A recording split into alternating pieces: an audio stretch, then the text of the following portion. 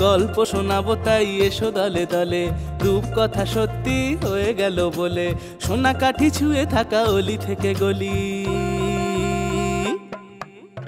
আমাদের আমাদের আমাদের ঠাকুমার ঝুলি, আমাদের আমাদের আমাদের ঠাকুমার ঝুলি।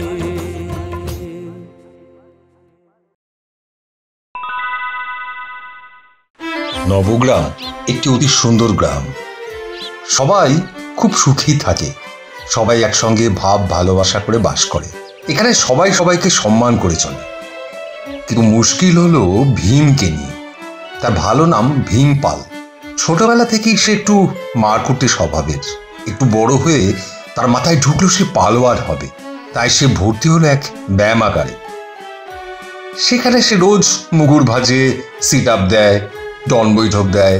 খুব তাড়াতাড়ি তার মাসল বড় হতে লাগলো, এত বড় যে তাকে দেখতে একটা দৈত্যর মতো হয়ে উঠল।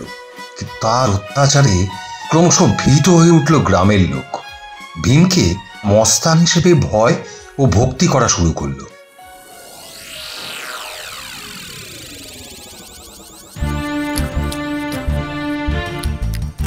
আমার নাম ভীম পাল, লোকে আমায় ভীম পালোয়ান বলে ডাকে। আমি এই গ্রামের নেতা, মাতব্বর। মাতব্বররা যেমন কিছুই করে না, আমিও তাই কিছুই করি না।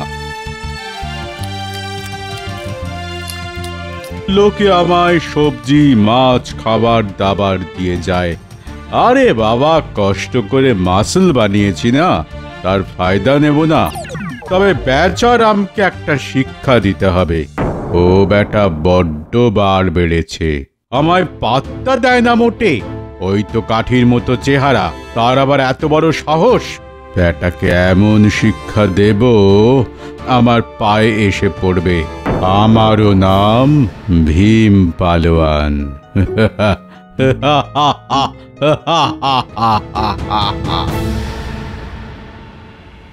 বেচারাম অতি নিরীহ একজন লোক। সে দেখতে দুবলা রোগা, দেখে মনে হয় একটু ভীতুই। বেচারাম আর তার স্ত্রী হীরা, এই দুই সদস্য নিয়ে তার ছোট্ট সংসার। বেচারাম হীরার দিকে তাকিয়ে বলল, বলছি ওই বাজারের দিকেই যাই, বুঝলে, মাস কাবাডিটা সেরে আসি। ওই বাজারের ব্যাগগুলো দাও তো। যা রোদ উঠেছে, একা এত মাল বইতে পারবে না, চলো আমিও তোমার সাথে যাই। না না গিন্নি, তোমার আবার এত কষ্ট করে আমার সাথে যাওয়ার কি আছে, আমি একাই পারবো। আরে ব্যাপারটা বোঝার চেষ্টা করো। এমনিতেই এই টাক ফাটা রোদ, এই রোদে বেরিয়ে যদি তোমার শরীর খারাপ করে। আর শরীর খারাপ, একটা কথা মনে রাখবে, শরীরের নাম মহাশয়, যাহা সইবে তাহাই সয়।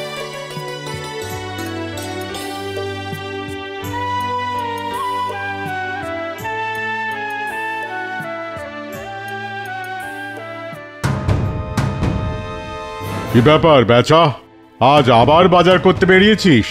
তোর ভয় কি বাজার যাওয়া বন্ধ করে দিতে হবে? হ্যাঁ, এটা কি মগের মুলুক নাকি? এই কাঠির মতো বডি নিয়ে বড় বড় কথা বলছিস? তুই খাবি? এ লাভ তোরই তরকারি নষ্ট করা। তুই বরঞ্চ ঘাস খা। ঘাস খেলে তোর শরীরে যদি একটু মাংস লাগে। আর তোর বাজারটা যাওয়ার সময় আমার কাছে দিয়ে যাবি। শোন, আমার নাম ভীম পালোয়ান। তোকে এক আঙুলে তুলে আকাশে পাঠিয়ে দেব, বুঝলি? তোর আমাকে এত অপমান করার সাহস কে দিয়েছে? হ্যাঁ, আমি রোগা বলে? একটা কথা মগজে গেঁথে রাখবি, তোর থেকে আমার সাহস অনেক বেশি। বেটা হাওয়া ভরা গ্যাস বেলুন। এ গ্রামে সবাই আমাকে দেখা হলেই পেন নাম করে, একমাত্র তুই করিস না। এই পাটকাঠির মাথায় আলুর দমের মতো চেহারা নিয়ে এত সাহস তো ভালো নয়। তোকে বলিনি প্রতিদিন বাজার করার সময় একটা ভাগ আমায় দিয়ে যাবি? আরে গ্রামে ডাকাত পড়লে আমি ছাড়া কে বাঁচাবে তোদের? পারবি? পারবি ডাকাতের গুলি আর বোমার সামনে বুক ফুলিয়ে দাঁড়াতে? গুলি গোলা কি এই মাসল ভেদ করতে পারবে? পারবে না। আমি হলাম ভীম পালোয়ান, বুঝেছিস? এর নাম ভীম পালোয়ানজি। আপনার দয়াতে গ্রামে বাস করছি। আপনার বীরত্বের কথা চোর ডাকাত কেন, পুলিশ, দারোগা, মন্ত্রী, শান্ত্রী সবাই জানে। আপনি আমাদের ভগবান, আপনি আমাদের মঙ্গল করুন। দেখলি তো চুহা, আর তুই এই ফিন ফিনে বডি নিয়ে আমার সঙ্গে পাঙ্গা লড়তে চাইছিস?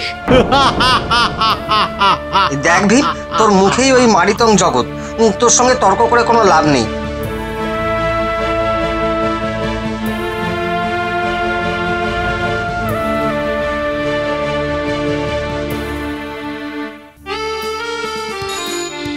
অন্য রাস্তা দিয়ে বেচারাম সাইকেল চালাচ্ছে। কিছুক্ষণ চালানোর পরেই দেখতে পেল সেই রাস্তায় দাঁড়িয়ে হো হো করে হাসছে ভীম পালোয়ান। কোথায় পালাবি রে বেচা? হ্যাঁ, আমার নাম ভীম পালোয়ান। আমি জানতাম তুই এই রাস্তা দিয়েই আসবি। আর কোনো রাস্তা নেই। যতক্ষণ না আমায় গড় হয়ে প্রণাম করছিস ততক্ষণ রেহাই দেই রে বেচা। তোর মতো বর্বর লোক যাই বলিস না কেন, আমি তোকে কখনোই প্রণাম করব না। দেখি তুই কি করিস। কি বললি তুই? দাঁড়া, জন্মের মতো সাইকেল চড়া আমি বন্ধ করে দিচ্ছি।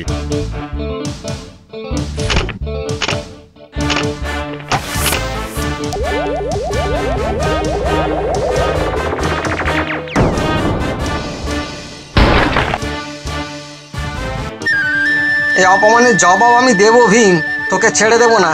আমি যদি বাপের বেটা হই তবে তোর মুখে ঝামা ঘষে দেবো, এই বলে গেলাম।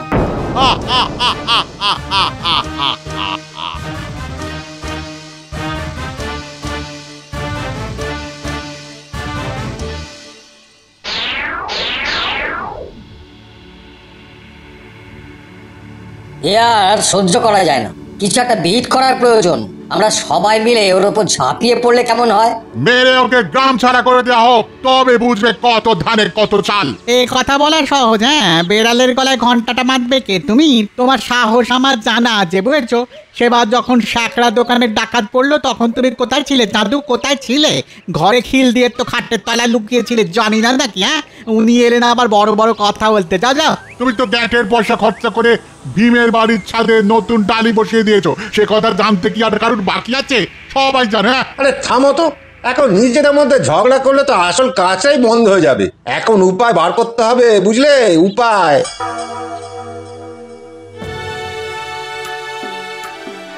এর একটা ভিত করতেই হবে। আমাকেও ছাড়বে না, আরো অপমান করবে। স্রেফ গায়ের জোরে এভাবে গ্রামে সবার ওপর জুলুম করবে আর আমরা সব মুখ বুঝে মেনে নেবো। গিন্নি, তোমার তো এত বুদ্ধি, একটা উপায় বের করো না। ছোটবেলায় পাঠশালায় পড়েছিলাম, বুদ্ধি যস্য বলং তস্য। ভীম যতই পালোয়ান হোক না কেন, ও নিশ্চয়ই কোনো একটা দুর্বলতা আছে। যে যতই শক্তিশালী হোক না কেন, তার কোনো একটা খুঁত থাকবেই। আরে বাবা, লক্ষিন্দরের বাসর ঘরে ছাতা ছিল, ওরও নিশ্চয়ই কোনো না কোনো একটা ফুটো আছেই আছে। সেখান দিয়েই আমাদের ঢুকতে হবে। ও হয়তো এই ছেঁদার কথা জানেই না, সেটা খুঁজে বার করতে হবে। তারপর সেই ছেঁদা দিয়ে কাজ হাসিল করতে হবে। হ্যাঁ, ঠিক বলেছো গিন্নি। নিশ্চয়ই ভীম পালোয়ানের কোনো খুঁত আছে, সেটা আগে খুঁজে বের করতে হবে। আজ থেকেই ওর ওপর নজর রাখবো, এখন থেকেই। এখন অন্ধকার হয়ে গেছে, এটাই ঠিক সময়। হ্যাঁ, আমি চললাম। সাবধানে কাজ করো কিন্তু, ভীম যেন বুঝতে না পারে। পারলে তোমাকে যে জ্যান্ত পুঁতে রাখবে।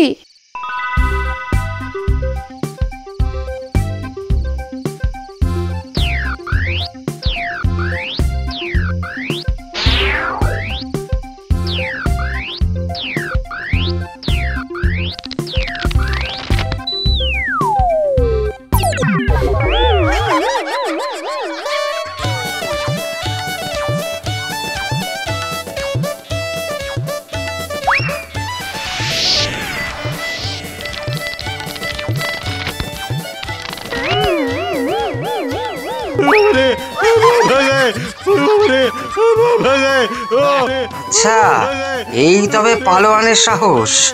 কালকে একে তাড়ানোর ব্যবস্থা করতে হবে।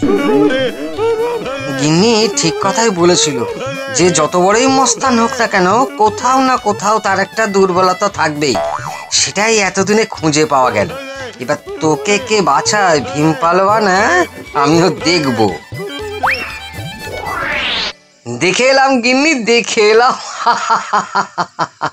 গিন্নি, জানো জানো ভীম পালোয়ান কাকে সবচাইতে ভয় পায়? ভাবতে পারবে না। ইস, এটা যদি আগে জানতাম তবে আমাকে আর এত অপমান সহ্য করতে হতো না। লোকটার একমাত্র ভয় আরশোলায়। একেবারে জমের মতো ভয় পায়। ওর গায়ে যদি আরশোলা ছেড়ে দেওয়া হয় তাহলে ওর পালোয়ানগিরি সবাই দেখতে পাবে। ওর আসল সাহস বেরিয়ে যাবে। এই তাই আরশোলায় ভয়? ও আবার নিজেকে পালোয়ান মনে করে? গ্রামের লোককে স্রেফ চেহারা দেখিয়ে ভয় পাইয়ে রেখেছে। গিন্নি তাড়াতাড়ি আরশোলা ধরার কাজটা করে ফেলি। আরে এটা কোনো ব্যাপারই নয়, আমাদের ঘরে কাতারে কাতারে আরশোলা আছে। চলো চলো ঝুড়ি দিয়ে ধরি, চলো চলো চলো। হ্যাঁ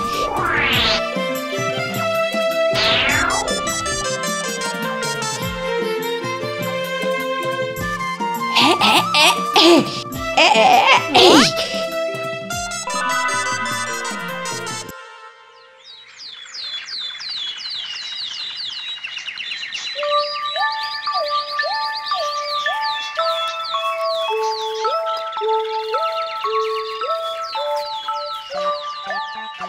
তোর এত বড় সাহস, আমার বাড়ির সামনে দিয়ে যাচ্ছিস?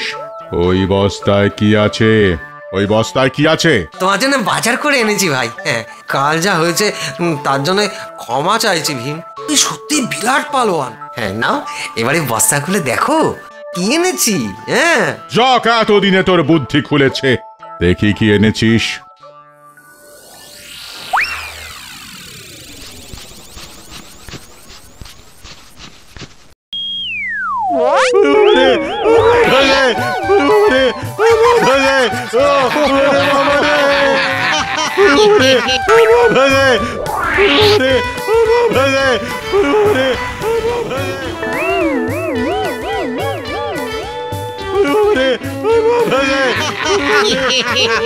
এই তোর পালোয়ানগিরি, এবার আর গ্রামের ছায়া মারাবি না। বড্ড জ্বালিয়েছিস এতদিন, এবার মুক্তি। যা যা যা। জয় বেচারামের জয়, বেচারাম একাই 100। না না, আমি কিছুই করিনি। যে করেছে সে আমার গিন্নি। আমার গিন্নি বুদ্ধিতে মা সরস্বতী। গিন্নি বুদ্ধি না দিলে কি আর ভীম পালোয়ানকে ইঁদুর মানে চুহা বানিয়ে ফেলতাম? হ্যাঁ। For more updates, subscribe to our channel, click the show links and enjoy watching the videos.